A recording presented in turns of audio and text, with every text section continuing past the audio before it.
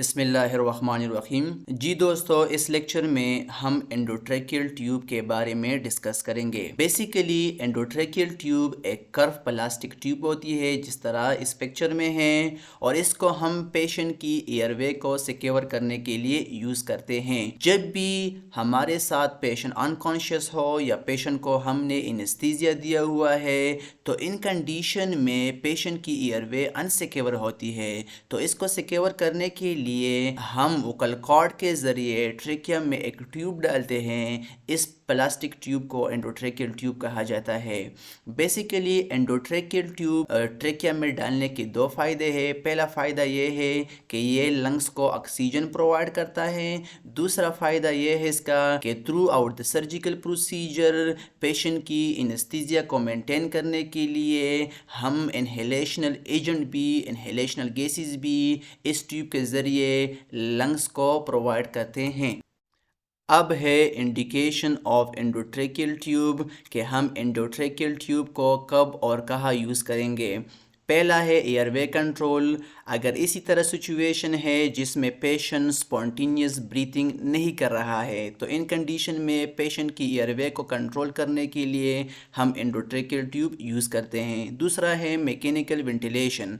अगर एक बंदा है, एक पेशेंट है और इसको रिस्पायरेटरी फेलियर है, तो इस पेशेंट को मैकेनिकल वेंटिलेशन की ज़रूरत होती है। इस मैकेनिकल वेंटिलेशन को फैसिलिटेट करने के लिए हम एंडोट्रेकियल ट्यूब का यूज़ करते हैं। तीसरा है एनेस्थीसिया। जब भी हम पेशेंट को जनरल एनेस्थीसिया देते हैं, तो इसमें हम जनरल एनेस्थेटिक के साथ साथ मसल रिलैक्सेंट भी देते हैं, जिसकी वजह से रिस्पायरेटरी मसल की पैरालिसिस होती है। तो इन कंडीशन में भी एयरवे को सिक्योर और मेंटेन करने के लिए हम एंडोट्रेकियल ट्यूब यूज़ करते हैं। चौथा है एयरवे प्रोटेक्शन।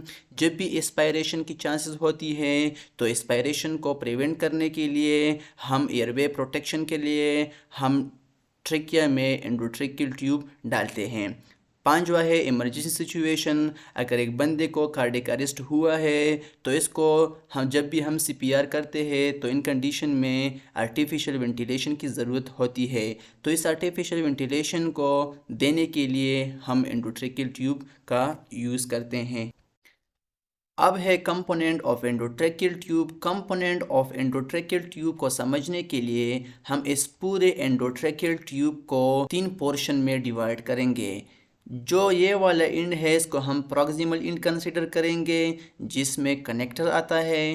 प्रॉक्सिमल इंड से लेकर इस ब्लैक बोल्ड लाइन तक, इन वोकल कॉर्ड इंडिकेटर तक, जो एंडोट्रेकियल ट्यूब का पार्ट है, इसको हम सेंट्रल पोर्शन कंसिडर करेंगे। सेंट्रल पोर्शन में 3 लाइंस आते हैं, 3 इंडिकेटर आता है।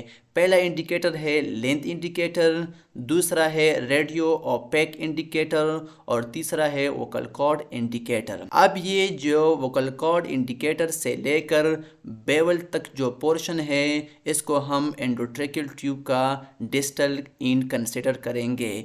तो डिस्टल इंड में 3 कंपोनेंट आते हैं। एक है कफ, दूसरा है मर्फी आई, और तीसरा है बेवल। अब हम इन सब कंपोनेंट्स को 1 बाय 1 डिस्कस करेंगे। अब हम 1 by 1 components of endotracheal tube को डिस्कस करने की कोशिश करेंगे। जिस तरह प्रीवियस स्लाइड्स में हमने डिस्कस किया कि एंडोट्रेकियल ट्यूब को हमने 3 पार्ट्स में डिवाइड किया है। प्रॉक्सिमल इंड था, सेंट्रल पोर्शन थी, और डिस्टल इंड था। पहला है प्रॉक्सिमल इंड। प्रॉक्सिमल इंड में आता है कनेक्टर, या इसको एडाप्टेटर भी कहा जाता है। ये एंडोट्रेकियल ट्यूब को कनेक्ट करती है ब्रीथिंग सिस्टम के साथ। मींस ये एंडोट्रेकियल ट्यूब को या वेंटिलेटर के साथ या एम्बोबैग के साथ कनेक्ट करती है। ये ज़्यादातर प्लास्टिक से बनी हुई है, इसके अलावा ये मेटल के भी आते हैं। इसके 2 एंड्स है। ये इसका हुआ प्रॉक्सिमल इंड जो ब्रीथिंग सिस्टम के साथ कनेक्ट होती है।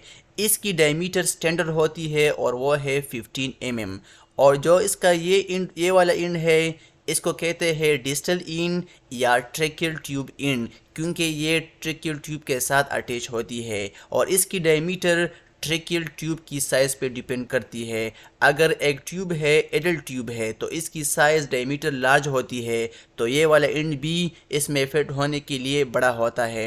और जो पीड्स वाला एंडोट्रेकियल ट्यूब है इसकी डायमीटर स्मॉल होती है इस कंपेयर टू एडल्ट, इसी वजह से डिस्टल एंड की डायमीटर भी स्मॉल होती हैं। Central portion of endotracheal tube, central portion of endotracheal tube में बेसिकली 3 लाइंस आते हैं। पहला है length indicator, radio OPEC indicator और तीसरा है वोकल कॉर्ड इंडिकेटर। पहला है लेंथ इंडिकेटर या इसको डिस्टेंस लाइन या इंडिकेटर भी कहा जाता है। ये बेसिकली हमें tip of the endotracheal tube से लेकर distal end of the tube तक length of the tube show कर रहा है और ये marking outside of the tube centimetre में होती है। ये हमें हेल्प देती है for the correct placement of endotracheal tube and trachea. दूसरा है रेडियो ओपेक इंडिकेटर, जिस तरह इस सामने वाले पिक्चर में है ब्लू कलर। ये line through out the length of the endotracheal tube present होती है और इसका मेन फंक्शन ये है कि ये हमें चेस्ट एक्सरे पे लोकेशन और position of the endotracheal tube show करता है।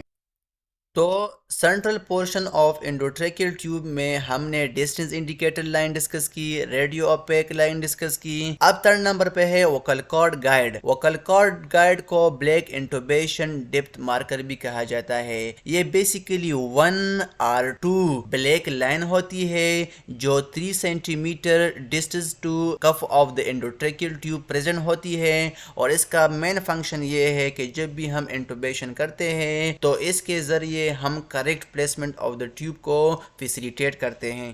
पिछले स्लाइड्स में हमने प्रॉक्सिमल और central portion of endotracheal tube की जो कंपोनेंट है इनको 1 बाय 1 डिस्कस किए। अभी है डिस्टल एंड। इसमें पहला आता है एंडोट्रेकियल ट्यूब कफ। एंडोट्रेकियल ट्यूब कफ भी वाली भी प्रेजेंट होती है और विदाउट कफ एंडोट्रेकियल ट्यूब भी प्रेजेंट होते हैं। विदाउट कफ एंडोट्रेकियल ट्यूब मोस्टली हम चिल्ड्रन में यूज़ करते हैं। जब भी इस कफ को हम इन्फ्लेट करें एयर के ज़रिए तो ये कफ एक टाइट सील बना देती है ट्रेकियल वॉल के साथ, जो हमें एस्पायरेशन ऑफ गैस्ट्रिक कंटेंट से बचाती है और ये हमें positive pressure ventilation efficiently provide कर देते हैं। ये कफ कनेक्ट होती है एक बैलून के साथ, जिस तरह इस सामने वाली पिक्चर में ब्लू कलर है, इसको कहते हैं पायलट बैलून। इस पायलट बैलून में हम एयर इंजेक्ट करते हैं सिरिंज के जरिए, जिसकी वजह से कफ की इन्फ्लेशन होती है। दूसरा है Murphy I. Murphy I R basically side holes. ये साइड होल्स होते हैं जो मेन बेवल के अपोजिट प्रेजेंट होती है। जब भी ट्रेकियल वॉल या ब्लड या सिक्रीशन की वजह से ये मेन बेवल बंद हो जाए तो ये हमें वेंटिलेशन अलाउ कर देती है, फिर इसके जरिए वेंटिलेशन होती है। 3rd पॉइंट है बेवल। बेवल लास्ट पार्ट है distal end of endotracheal tube की। मोस्टली बेवल कट इच होती है, लेफ्ट फेसिंग होती है और इस लेफ्ट फेसिंग बेवल का फायदा ये है कि जब भी हम इंटोबेशन करते हैं तो ये हमें वोकल कॉर्ड की जो व्यू है इसको इम्प्रूव कर देती है, फिर वोकल कॉर्ड हमें अच्छी तरह नज़र आता है। Thank you.